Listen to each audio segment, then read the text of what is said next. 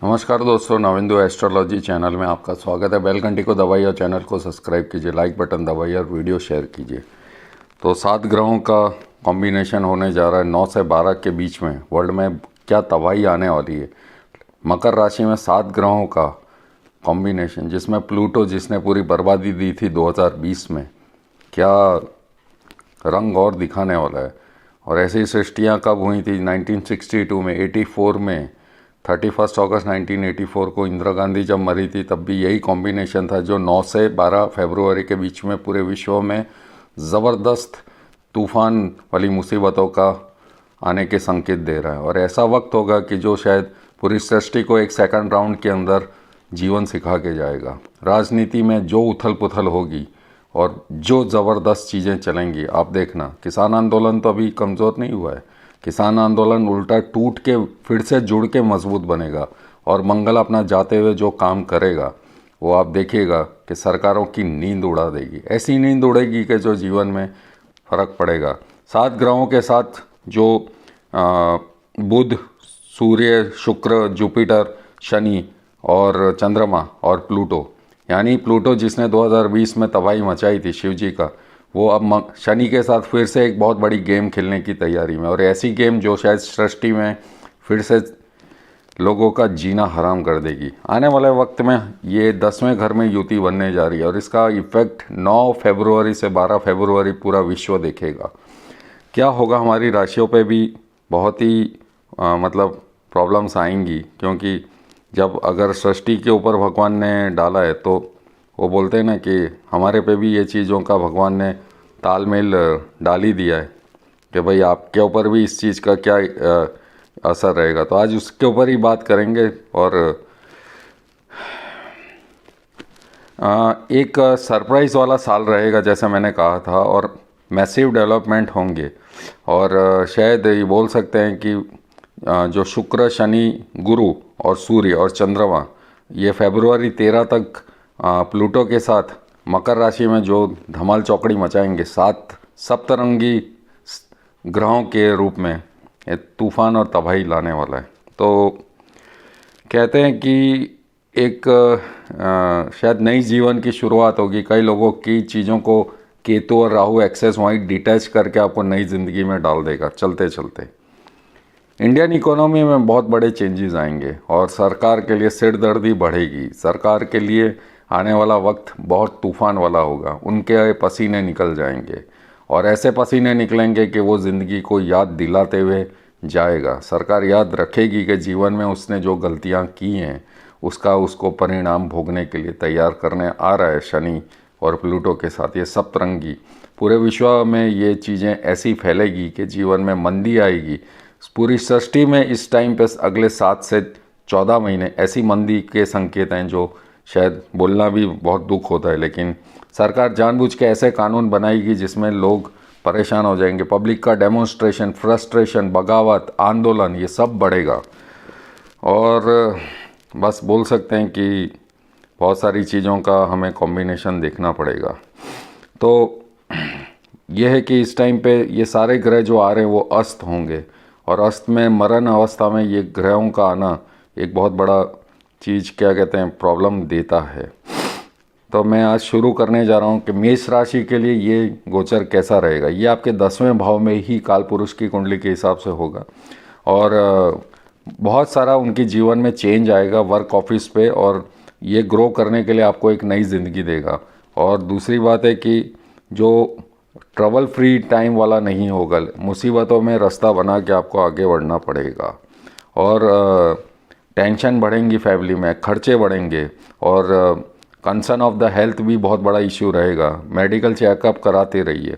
और बहुत ही आपके ये कॉम्बिनेशन बताता है कि आपको मूत्र रोग की बीमारियां हो सकती है। जो भी मेष राशि वाले उनको यूरिन रिलेटेड ऑपरेशन या वो प्रॉब्लम्स हो सकती हैं।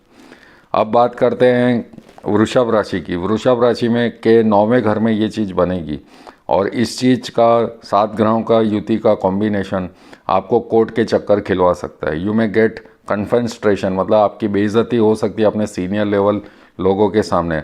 आपको एडवाइस है कि आपको शांति से उस चीज़ को लेट गो करना पड़ेगा और कोई बहुत बड़ा मॉनेटरी डिसीजन शेयर बाज़ार में नहीं करना है। और स्ट्रगल्स बढ़ेंगी, इनफैक्ट कम नहीं होने वाली हैं, और चिड़चिड़ापन आपके लिए बढ़ेगा। मिथुन राशि के लिए बात करें तो 8वें घर में ये होने जा रहा है, जिसकी वजह से थोड़ा सा और प्रॉब्लमेटिक टाइम होने वाला है, क्योंकि घर में से किसी की विदाई हो सकती है, क्योंकि अष्टम भाव अचानक ट्रांसफॉर्मेशन का है, जिस चीज़ से आप जुड़े वहाँ से काट के आपको नई ज़िंदगी में डाल देता है। और डिस्पाइट आप अपने फैमिली के साथ ट्राई करेंगे अच्छा समय बिताने की, लेकिन फिर भी ये प्रॉब्लम हेल्थ इश्यूज़ को लेके बढ़ेगा। और अच्छी बात यह है कि थोड़ा सा पैसा आपने जहाँ इन्वेस्ट किया होगा वो आपको मिल जाएगा, क्योंकि 8th हाउस प्रॉपर्टीज़ आपको किसी वसीयत के रूप में पैसे की आगमन का इंडिकेशन दे रहा है, और ये चीज़ बहुत अच्छी बात आती है। कर्क राशि की बात करें तो ये आपके 7वें भाव में होने जा रहा है, और इसकी वजह से आपको काफ़ी चीज़ों से एक साथ में निपटना पड़ सकता है। आपकी पर्सनल लाइफ में मेंटल स्ट्रेस बढ़ जाएगा, आपके कंजंक्शन ऑफ द वर्क में अचानक से रुकावट आ जाएगी, बगावत आ जाएगा, आपके काम के ऊपर ब्रेक लग जाएगा, आपके काम के साथ जो लोग जुड़े होंगे वो हट जाएंगे, हेल्थ भी काफ़ी ख़राब रहेगी, और आपको चेस्ट पेन की संभावना हो सकती है। तो इन चीज़ों का करना ज़रूरी है। सिंह राशि की बात करें तो 6ठे घर में जाना मतलब ऋण, रिपू और रोग के घर में जा रहा है। तो कहने का मकसद है दुश्मनों का सफाया तो होता है तो दुश्मन बढ़ते भी हैं, और इस टाइम पे मतलब आपको ये हो सकता है कि आप ट्रैवल भी कर सकते हैं, और पैरों में दर्द रहेगा, और इस चीज़ को लेकर आपको सावधानी बरतनी है। अब बात करते हैं कन्या राशि के लिए। तो कन्या राशि के लिए 5म भाव में इस चीज़ का बनना एक तरीके से आपके लिए ट्रबल्स आ रही हैं, और प्रॉपर्टी रिलेटेड मैटर्स जो आपके होंगे वो कोर्ट के अंदर खुलेंगे। किसी को लाइटली मत लीजिएगा कि ये मेरे से क्या कर सकता है, मैं इससे ज़्यादा, वही आपके लिए सरदर्दी का कारण बना सकता है। छोटी छोटी बातों के ऊपर आर्ग्यूमेंट्स मत करिएगा, हो सकता है आपके लिए वो आर्ग्यूमेंट आपके जॉब के ऊपर खतरा बन सकता है, और किसी का मजाक मत उड़ाइएगा। फाइनेंशियल प्लानिंग करके चलना पड़ेगा, और अचानक से शेयर बाज़ार में लगाया हुआ पैसा डूबेगा। ट्रैवलिंग करते हुए भी ध्यान देना पड़ेगा। अब ये बात करते हैं तुला राशि की। तो तुला राशि के लिए ये जो भी भाव आएगा वो 5म भाव में आएगा, और इस फेज़ में आपको प्रॉफिट्स में से काफ़ी अच्छा मुनाफा मिल सकता है। डिफ़िकल्टीज़ आपको पत्नी के साथ के रिलेशनशिप में आएगा, और उसमें आर्गुइंग करना नहीं है, उनके साथ लड़ना नहीं, उनकी हेल्थ ख़राब हो सकती है। प्रोफेशनल लाइफ में भी आपको सपोर्ट नहीं मिलेगा। ट्रैवलिंग आपकी बेकार की यात्राएं करवाएगा, जो काम का कुछ नहीं मिलेगा। लेकिन आँखों में, शोल्डर में, हाथों में क्या कहते हैं आपका फ्रैक्चर के योग या कोई बीमारी के संकेत दे रहा है, तो इस चीज़ से बच के चलना बहुत ज़रूरी है। और वृश्चिक राशि के लिए 4थे भाव में इस 3rd हाउस में आना मतलब इसके लिए यह है कि नेटिव के साथ आपके रिलेशंस ख़राब हो सकते हैं। आपको अपने रिलेटिव्स के साथ तू मैं आर पार की लड़ाई होगी। पत्नी के घर से भी प्रॉब्लम का इंडिकेशन है, बट चौथा घर माँ का है, तो आपकी माँ की हेल्थ ख़राब हो सकती है, और उसमें प्रोफेशनल फ्रंट में आपको दुखी देख के वो भी दुखी हो सकती है। और सेवरल रिलेशनशिप्स में इश्यूज़ के और डिफरेंस ऑफ ओपिनियन पत्नी के साथ हो सकते हैं। कोई नया वेंचर और शेयर बाज़ार में पैसा ना खर्च करें।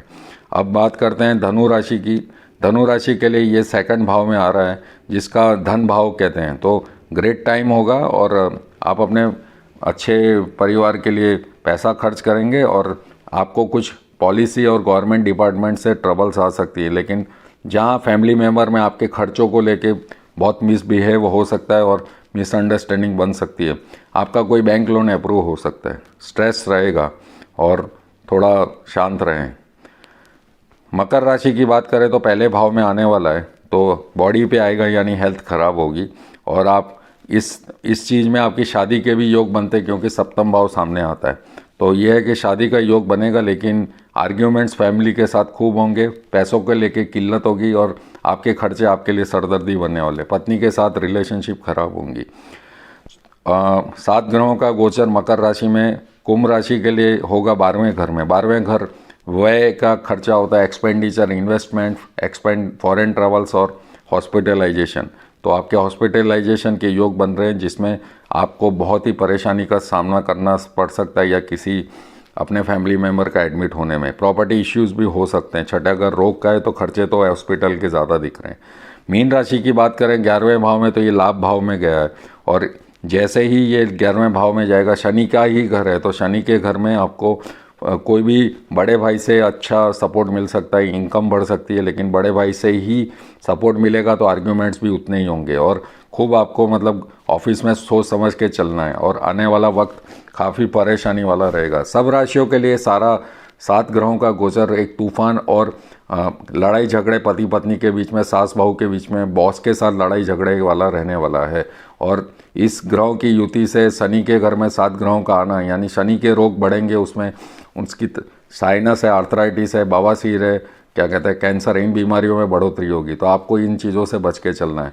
शनि के उपाय करने, और क्या कहते हैं इस टाइम पे राहु केतु एक्सेस में होगा, इसलिए 2nd हाउस में राहु है और अष्टम भाव में केतु है, तो मार्केश भी उस चीज़ में अमल में हो जाएगा। देश में राजनेता की कैटेगरी में कुछ लोग अचानक से ऊपर जाएंगे और अचानक से सरप्राइज आपको राहु केतु देंगे, और कुछ लोगों का ऊपर जाना ऐसा सरप्राइज होगा कि कोई मानने को तैयार नहीं होगा। राजनीति में उथल पुथल आएगी और लोगों का जीना हराम होगा। इस टाइम पे हमारे लिए तो सरदर्दी बनने ही वाली है, लेकिन सरकारों के लिए विश्वव्यापी टेंशन्स आएंगे, बॉर्डर पे वॉर की सिचुएशंस रहेंगी और सरकारों में उथल पुथल रहेंगी, मंत्रियों के बीच में बगावत आ जाएगी, पार्टियों के अंदर, रूलिंग पार्टनर मेंबर्स के अंदर लोगों का जीना हराम हो जाएगा। और आप पूरे 12 फरवरी 2022 तक इस युति के इफ़ेक्ट्स देखेंगे, जो पूरे 11 महीने रहेंगी। और 2021 में हम इतनी उथल पुथल देखेंगे जो हम 2020 को भी भूल के परेशान हो जाएंगे, मतलब मेंटल स्ट्रेस हमारा निकल जाएगा, कचुम्बर निकल जाएगा। तो ये आने वाला वक्त पूरे विश्व के लिए बहुत बड़ा मंदी के साथ बहुत बड़ा उथल पुथल और बगावत का समय लेके आ रहा है, जो शायद हमारे लिए बहुत बड़ा दुख का एक कारण बन सकता है। और प्लूटो इस चीज़ में आँख में घी का ऐसा काम करेगा जो शायद भगवान ही जानता है किस चीज़ को ये, इस युति को ये किस रूप के रंग को रंग दे के विश्व के लिए मुसीबत का रूप बना के हमारे पे छोड़ेगा। देखते आने वाले वक्त में ये क्या चीज़ देता है। तो ये था 7 ग्रहों का युति का मकर राशि में जो हमारे 12 राशियों पे क्या होगा। मुझे उम्मीद है आपको पसंद आएगा, और मैंने आपको वेल इन एडवांस राशियों पे ऊपर क्या क्या होगा वो उसका ब्रेकअप दे दिया। शेयर कीजिए, लोगों को भी बताइए, और कोई कमेंट है तो नीचे लिखिए। मिलते हैं नए वीडियो के साथ। नमस्कार।